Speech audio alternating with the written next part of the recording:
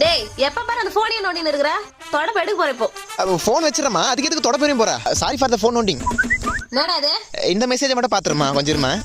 என்ன வாட்ஸ்அப்ல புது விதமான மெசேஜ் ஸ்ரீராம் ஜெயம் இந்த மெசேஜை 20 பேருக்கு ஷேர் செய்தால் அடுத்த நொடியில் உங்களுக்கு நல்ல விஷயம் நடக்கும் அப்படி செய்யவில்லை என்றால் ரத்தம் கக்கி சாவீங்க இது இதெல்லாம் நம்புற மாதிரியா இருக்கு